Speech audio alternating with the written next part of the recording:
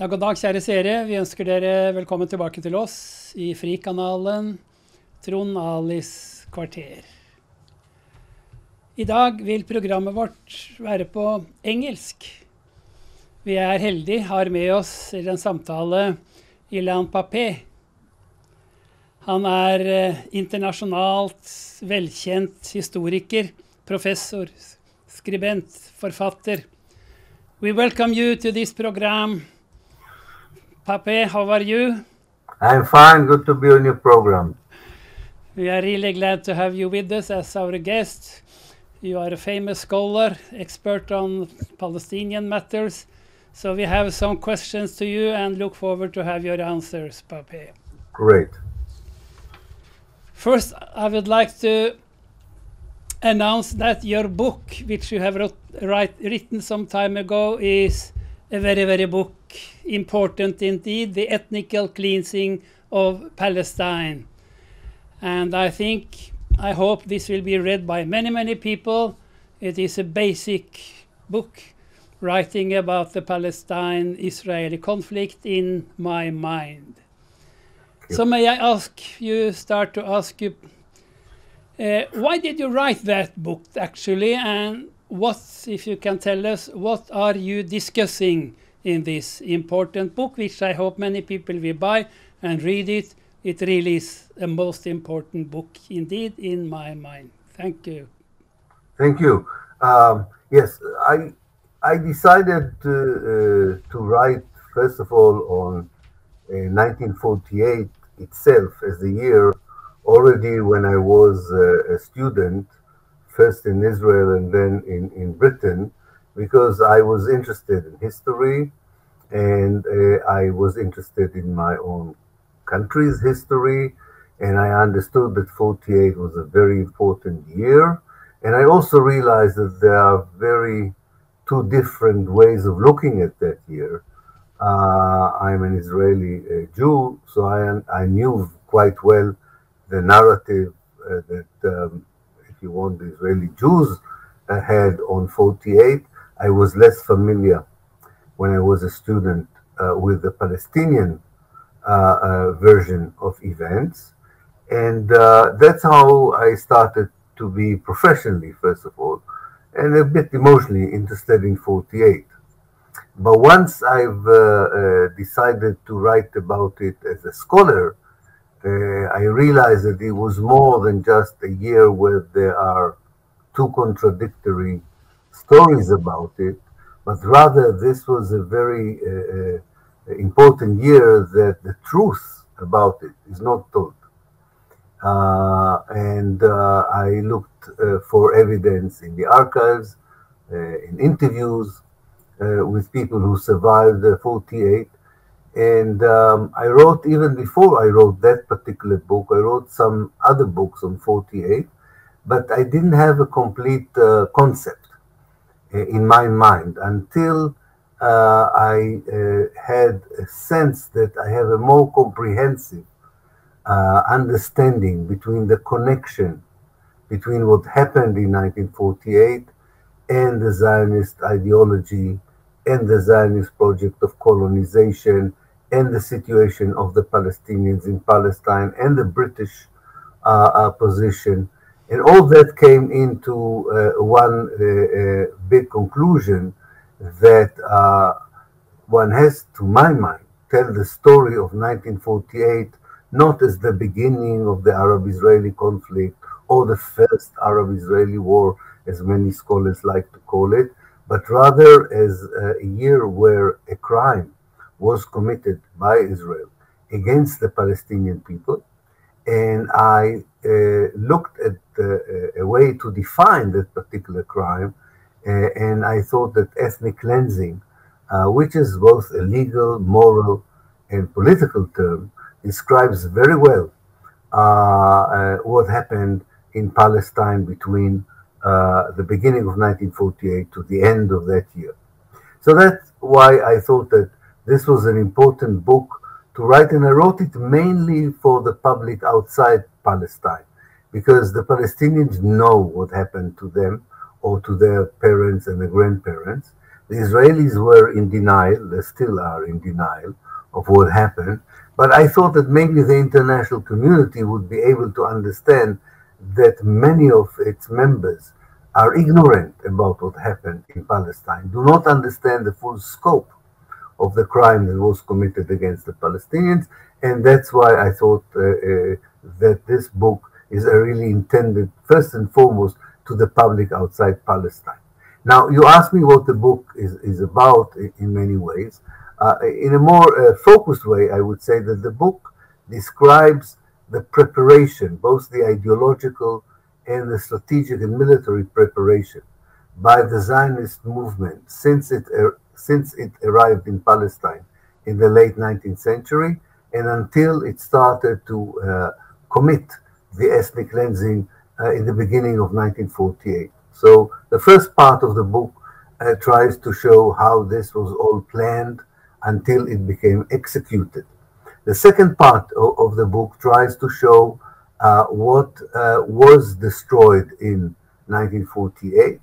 And it talks about 9 months in 1948 when half of Palestine's villages, 500, were totally demolished, how most of the Palestinian towns were emptied from their original population, almost 11 towns, and inevitably in such operations of ethnic cleansing, there were a lot of war crimes, including massacres, so this is also part of the second part of the book. And finally, the book tries to show what was built on the ruined villages, such as Jewish settlements, recreational forests, and how the world refused to recognize the crime, and what are the implications of this denial that, to my mind, are the main obstacle for any genuine peace and reconciliation in Israel and Palestine.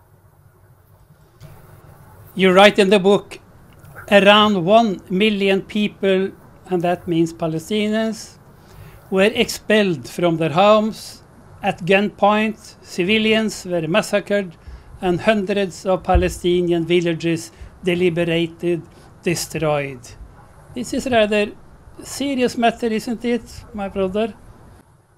It is very serious. It's the beginning of the book, if I remember correctly, because I've written it in 2007, the beginning of the book, I say that usually in the 20th century, it's very difficult to hide crime in such a proportion, crimes against humanity.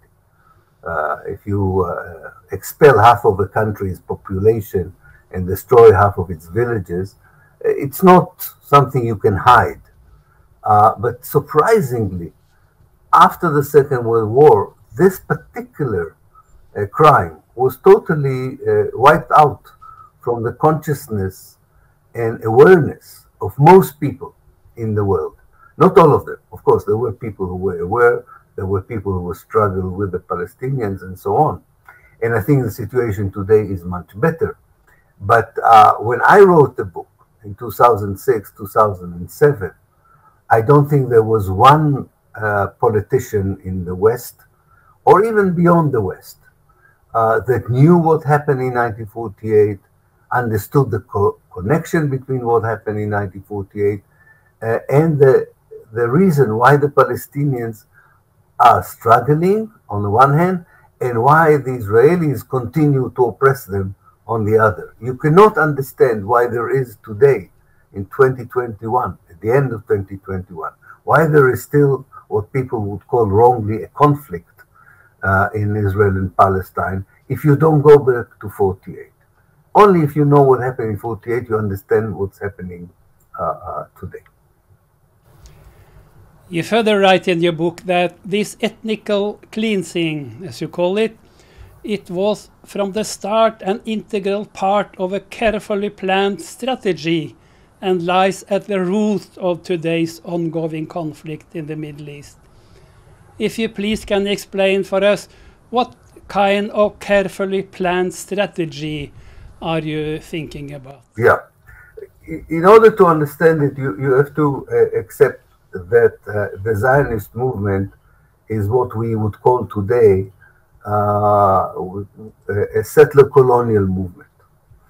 A settler colonial movement is different from colonial movements. Colonialist movement, classical colonialist movement, would send people of their home country or mother country to live in colonies that belong to the empire, like Britain and India, Belgium and Congo, and so on, and will go back to their homeland when the empires collapse.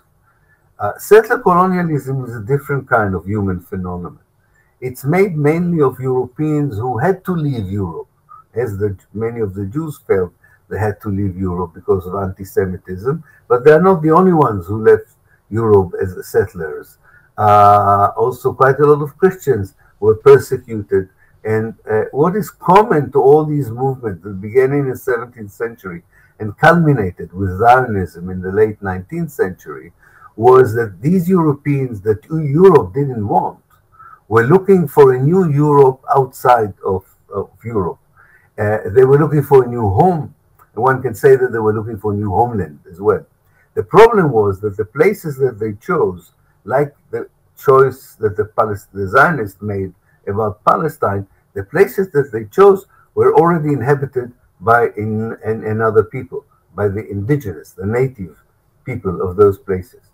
And as the late great scholar of settler colonialism, Patrick Wolf, says, the moment a settler movement, it doesn't only have to be the Zionist movement, it's true about the white people who came to South Africa, to North America, or to Australia. The moment that such a settler movement encounters the indigenous native people, in our case, the Palestinians, he said the logic of the elimination of the native is being enacted. In other words, if you want to create a new Europe outside of the Europe that doesn't want you, you have to remove the local population. So it's a project of what Edward Said used to call displacement and replacement. You want to displace the local people and you want to replace them yourself. The uniqueness of the Zionist movement was the ideological cover that they gave, namely that they are not just coming to a foreign land, that they are returning to their own ancient homeland after 2,000 years of an exile, which we all know historically is not very valid, but that doesn't matter. What matters is that this was just a justification that was meant to encourage other Jews to come and encourage the Christian world to support the colonization of Palestine. The strategy I'm talking about, which is very typical to settler colonial movement, was to see in what means and under what circumstances can you have as much of the new land as possible with as few of its local native people as possible. And you can see from the moment the Zionist movement was able to buy land, to expel people, which began in the 1920s and culminated in the ethnic cleansing of 1948, they did it in order to create an exclusive Jewish space in what used to be Palestine. And because they did not complete the job in 1948, they continue to do it until today. And they are not succeeding because there is a Palestinian resistance movement. The Palestinians don't want to go, will not go, and as long as this ideology of removing them will be intact, what we call the conflict will continue. You're talking about Zionism, the ideology behind this process. You are talking about Zionism. If you please can explain for us more deeply what actually is Zionism, Pappe? Yeah. The ideology is Zionism. Well, Zionism started because of two quite, I would say, noble even impulses, which didn't harm anyone. One ambition of the early Zionists before they came to Palestine was to find a solution to anti-Semitism, which was growing in the mid 19th century and late 19th century. So they were looking for a safe place for Jews, and they felt, this particular group of people felt, and one should say that they had a point, that in Central and Eastern Europe, but in Europe maybe as a whole, Jews will never be safe. And we have to remember, they are there before the Second World War, and therefore the Jews should look for another place. The other ambition that they had, they looked around them and they saw that quite a lot of religious groups began to define themselves as national groups. So the hope among Zionists was that if they would define Judaism as a separate nationality, let's say Jews live in Poland, and they would say to the Polish people, there are Poles and there are Jews, and the Jews are separate from the Poles because they are a different nation. Maybe the Polish government, maybe the Russian government would help them to find a place where they could be not just a nation, but build a nation state.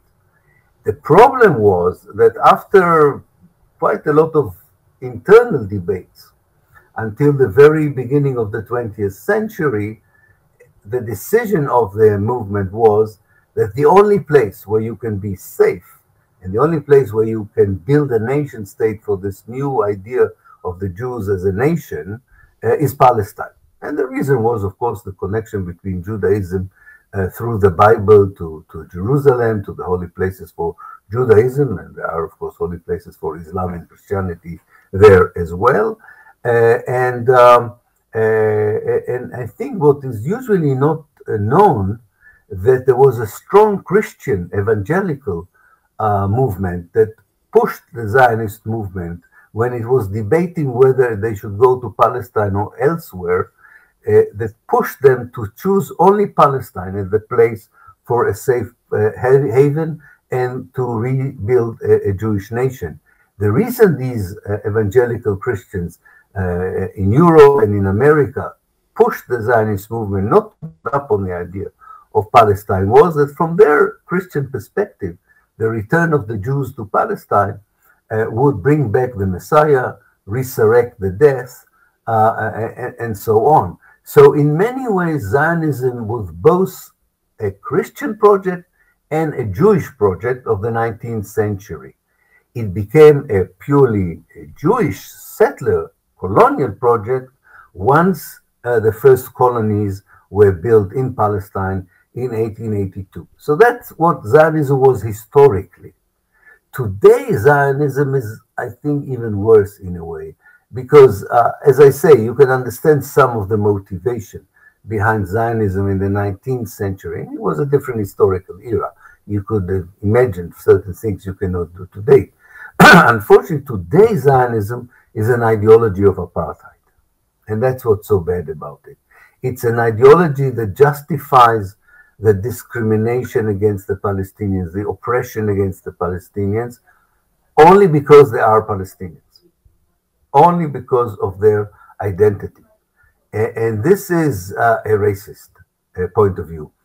So Zionism, from an ideology that tried to deal with anti-Semitism, with the idea of the Jews as the chosen people in Christianity and so on, had transformed into a state ideology, which is not very different from the apartheid ideology of South Africa. At the time of apartheid, of course, not today. If you talk of the roots of Zionism, some people say that there are involved some kind of racism in these roots of Zionism. And they refer to Theodor Herzl, who said, "We Jews, we are special people. We are not like other peoples.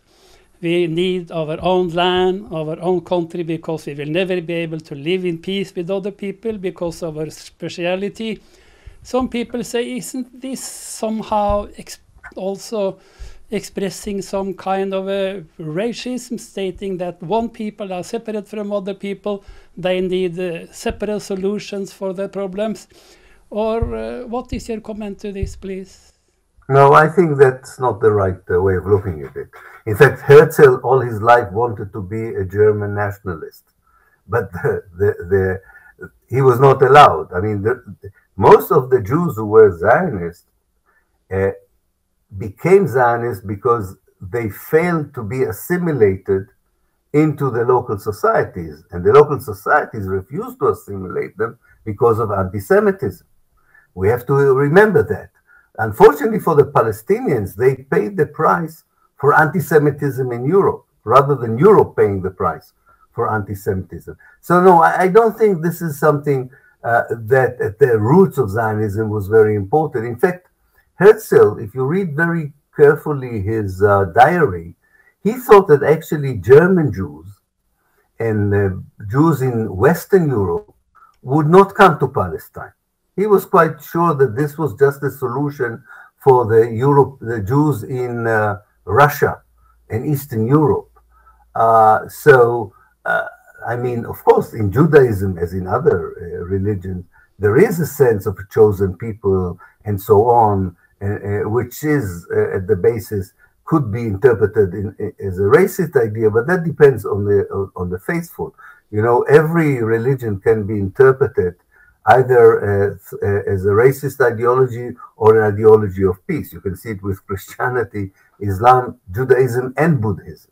All religions can be weaponized either as a racist idea or exactly an anti-racist idea. So that was not the issue. No, I think the issue was that Zionism, the way it developed, had built an international coalition that was very supportive of the idea, partly because of anti-Semitism, in order to allow this settler colonial movement to take Palestine from the Palestinians with international backing and disregard for the aspirations of the Palestinians, their basic rights. And unfortunately, that coalition still today denies these rights to the Palestinians. And that's why I think so many decent people around the world support the Palestinian struggle. Not because they are struggling against Jews. They support them because they are struggling against the colonial project that continues to the 21st century. But is it possible to have a kind of Zionism without colonialism, so that Zionism could be a decent ideology promoting interests of Jews, or is Zionism rather very closely linked together with colonialism and expressing itself very easily as a way of a racist attitude, as we can see today in Palestine? Because I think we agree in Palestine today, the state of Israel, the result of Zionist thinking and the result of Zionist ideology, Israel, I think it's correct to say somehow it is a racist state, or what your comments, please? Yes, it is a racist state. There's no doubt about it. And I said today Zionism is a racist ideology. And therefore, I don't think there is now a Zionist option that is not racist. The only option in Palestine that is an alternative to an apartheid, colonialist, and racist regime is a totally democratic regime between all over Palestine, where everyone is equal, whether they are Jews, Muslim, or Christians, men or women. It doesn't matter. This is just a basic concept that Zionism cannot live with, the idea of equality, of total equality. In the case of Palestine, this would not be enough. You will have to rectify, to correct some of the terrible things that happened in the past. For example, I don't believe that there is a solution without the return of the refugees to Palestine and their descendants, and the dismantling of any institution that discriminates against the Palestinians because they are Palestinians. So I don't think that I'm that hooked about isms. I don't. If people call themselves Zionists and they believe that Palestine as a whole should be one democratic state where everyone is equal, and that the refugees can return, and they still call themselves Zionists, I have no problem with that. It's not the name which is important. Important is, what are your basic attitudes towards the situation in Palestine, towards the historical situation and the current situation. If you believe that the Jews have the right to have privileges that the Palestinians do not have, if you think that the Jews in Israel have the right to occupy parts of the West Bank and build a Bantustan in the other part of it, if you think that they have the right to impose an inhuman siege on the Gaza Strip. It discriminates against the Palestinian citizens of Israel and not allow the Palestinian refugees to return. If this is your Zionism, then yes, it equates to racism. If you are against all these things, as far as I'm concerned, you can call yourself a Danish person. I don't care. What I care is not the title, not the adjective. I am interested in the concrete human and moral positions of people towards injustice and the way to correct it. I think that if we have as an aim, and we should have as an aim, peace in Palestine, and if we agree more or less that the state of Israel today is a racist state, established like a racist state as a result of the Zionism ideology that was established, Israel is a racist state, and Zionism today seems not available to live without maintaining this racist element. That's then true. It is likely to be against the state of Israel, against Zionism as an ideology. But if you maintain these positions, you are called today anti-Semite. That's right. How is this in your comments, please? Yeah, no, definitely. That's today European governments signed all kinds of agreements, and several states in the United States adopted similar position, where any criticism on the ideology of Israel, any reference to Israel as an apartheid and racist state is a position of anti-Semitism. This is a ridiculous allegation, by the way, and one we should fight against. We should not be intimidated by it, and we should make sure that people are willing to listen to what is the difference between Judaism and Zionism. And that's why I don't like when people say, yes, but Zionism is racism because Judaism is racism. That's ridiculous. There are many Christians who are racism and use Christianity as racism. The apartheid in South Africa was based on Christian theology. Not to mention what the Christians did to non-Christians around the world. We saw how the Islamic State is using Islam in order to impose racism. So I think we should make clear that Judaism and Zionism is not the same. And that's why so many Jews are anti-Zionists. And there are quite a lot of non-Jews who are Zionists. So this is very important. So that's the first point, to make sure a distinction between Judaism and Zionism.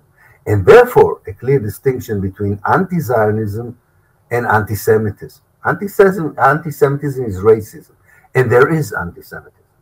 There's no denial. There are anti-Semites in Europe, always were and always will be, probably.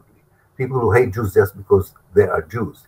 However, anti-Zionism is not anti-Semitism. It's an anti-racist position. You are against racism, whether Jews are imposing their racism, Christians or Muslims. In this respect, I think that we should be proud if we call ourselves anti-Zionists, because we are anti-colonialists, because we are anti-racists, and we should not be intimidated if people say exactly the opposite, that these are racist views. I think this is something we should be able to do if we know the distinctions that I mentioned before, if we have the patience to explain to people. And of course, people would try and stop us and silence us with these allegations.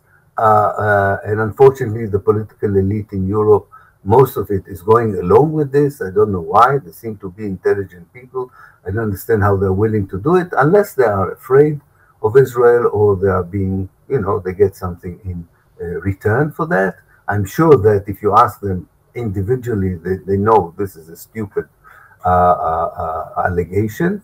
And yes, this is something every one of us who would support the Palestinians should be ready, that you would be called an anti-Semite. But You know, we're not alone. We should work together and not be afraid by such accusation. Any accusation that people accuse you and you know are not true is something that, in the end of the day, should not hurt you, should not stop you from continue your commitment to the Palestinian cause. I think your comments are very, very important indeed concerning Judaism, Zionism, the State of Israel, racism. I agree with you fully. It's very important points. But at the same time, if we have as an aim peace in Palestine, and you state that in order to have peace in Palestine, the displaced Palestinian people, they have a right to return, actually. And this has to be stressed, that the people, Palestinians, also according to United Nations, have the right to return to their homeland. But if you start to stress these elements, and if you start to stress that Zionism will be opposing, I think they will be opposing the Palestinians returning to their land. So this is a crucial question, actually. Zionism will refuse the right of the Palestinians. There will be no peace in Palestine, as you say, without the return of the Palestinian people.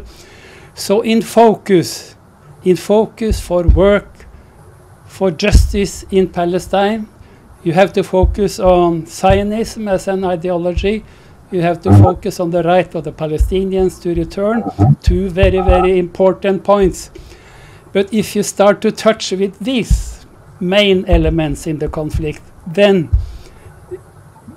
the enemy, if you allow us to talk about the enemy, they will start this attack calling you anti-Semite. So you have some kind of a strategy, or what is your comment? You have to stress the ideology of Zionism.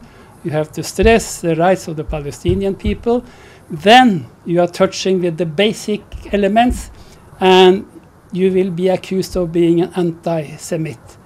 So again, if you give us advice how to take part in this struggle, which in the end is the end aim at justice in Palestine, peace in Palestine, the return of the Palestinian people, how to maintain this struggle and be on the correct line, opposing Zionism, opposing anti-Semitism, opposing those which don't care about the Palestinian people's right, they are terrorists or whatever they are. I think we are in somehow an important struggle to settle all these elements. So please give us some advice, Pappe. Well, I think not even me has to give advice. I think there is a great movement now among young people around the world, especially in the civil society, that begins to show us the way. And there are a few elements in this new strategy that, of course, will take time to mature. But I think we already in May 2021, we saw the beginning of this new strategy. One element of the strategy is not to separate the struggle in Palestine from other struggles. Racism does not exist only in Israel. It exists still in America, in Europe, and I think there's a new element of solidarity between people like the African Americans who fight against racism and the Palestinians who fight against racism, and other people around Europe who fight against racism. I think this is something that Israel doesn't know how to deal with. It's very easy for Israel to say, oh, you are just focusing on Palestine, as if this is the only place where racism is, this is the only place of colonialism. But there's a new strategy. They say to Israel, no, you are not the only one. There are other places where people are suffering from racism, apartheid, discrimination, and all these people fighting for justice in their own places, but also in Palestine. So because you are part, we who fight against racism and Zionism are part of a much larger international movement that fights against racism and discrimination and continued decolonization. This is a very powerful movement, which I think eventually would give the Palestinians a strength to counter the coalition that presently is against them. So I think that's one thing to pay attention to, and it's happening. We see particularly new connections, what some people call intersections. The second point is the Palestinian society is very young. Half of the Palestinians all around the world and in Palestine are, half of them are under 18. And the younger generation is not affiliated strongly to the Fatah, the Hamas. They're not factionalized, they're not fragmented anymore. We saw it in May 2021. And I think this new unity among the younger Palestinians is something that would enable to hear a clear, united voice from Palestine, which is very missing now. You cannot build a good solidarity movement around a liberation movement if the liberation movement itself doesn't know exactly what it wants or doesn't say clearly what it wants. And I think this is going to happen, hopefully not in the long future. And the last thing, which already has begun, it's very clear that a lot of people in civil societies around the world understand what we were talking about. And because of that, they will support a movement like the BDS, the boycott, divestment, and sanction. Of course, the governments refuse to accept it yet. But I remember the struggle against apartheid in South Africa. It took 21 years before the first government joined in such pressure after 20 years of action within the civil society to demand from the government to boycott and sanction South Africa. So there is a willingness in the civil society around the world to pressure Israel through the same means that the apartheid regime in South Africa was pressured. Governments are still refusing to do it. But I think we see the beginning of a younger generation of politicians who are talking in this language, and maybe this is a process that would, inshallah, continue.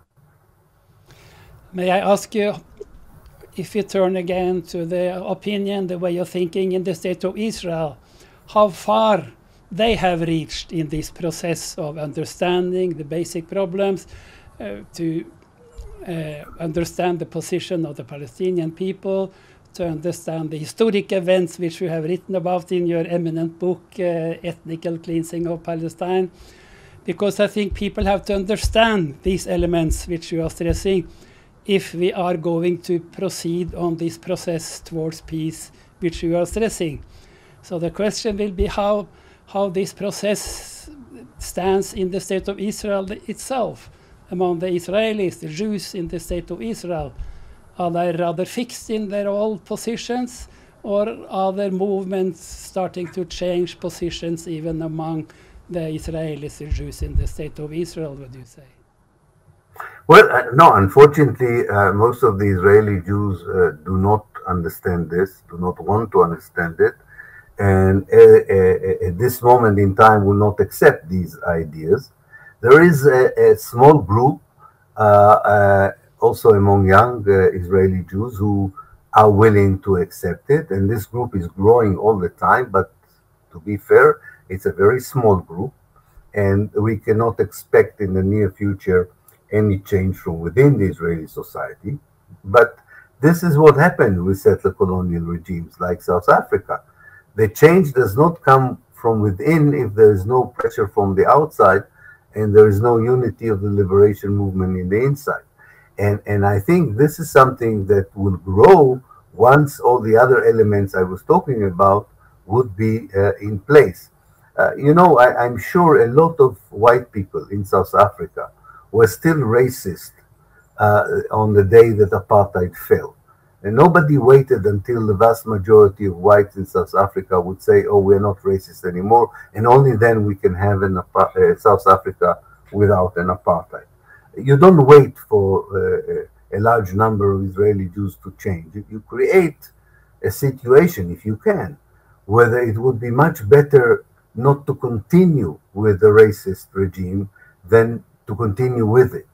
I'm not saying it's easy. I don't know if I will live to see it, but I think this is our aim. This is our aim. In the meantime, we don't give hope of working with Israeli Jews who are willing to listen to us, to teach them their history, their correct history, to explain to them the racist nature of Zionism, and there are some successes compared to what happened, let's say, 50 years ago. But this is a very slow process. And the more the other processes I talked about would succeed, I think this process would also increase. But for the time being, we have to do it from the outside. There is no hope in the near future for a change from within. You say that we need to work also from outside. And you started to say also that in Europe still the knowledge about the basic problems in this conflict is not very, very clear to people. It is a process, will take time. And I think this also is a situation in our country here in Norway. There are quite many people, Norwegian people, who still don't have this knowledge what are the basic problems in this Palestine-Israeli conflict. So I think your points here are very, very important. We thank you, Ilan Pappe. But if I ask you... Thank you very much, Tobias. Just one more question. If I ask you with a few words to tell people in Norway what are the basic problems in this conflict, what need to be done, please? Yes. As I say, I think it's very important to understand the whole idea of settler colonialism. I think that's the issue. The issue is that you have a movement that began as a colonialist movement, and although we are in the 21st century, this colonialism continues. And until you decolonize the mind of people and the situation on the ground, there will not be peace and genuine reconciliation. You have to understand what happened in 48. You have to understand the connection between what happened in 1948 and goes on today in Sheikh Jarrah or in Gaza. You have to understand that this is not a moral situation. This is not a just situation. And as we fight against racism and oppression in other parts of the world, we should never forget Palestine as one of the most important places that needs our support and solidarity in order to liberate the place and the people from racism and oppression. Thank you. Thank you very, very much, Ilan Pappe. We will look forward to your future works. We hope you will write more books. I'm very impressed by these books, which is important for me. So we hope to have you with us on a later occasion also. Thank you very much. Thank you to our listeners. Takk til alle som har fulgt oss her. Vi synes dette har vært viktig. Vi håper dere har samme inntrykket. Og så ønsker vi tilbake igjen til velkommen, Frikanalen, Trond Alis kvarter.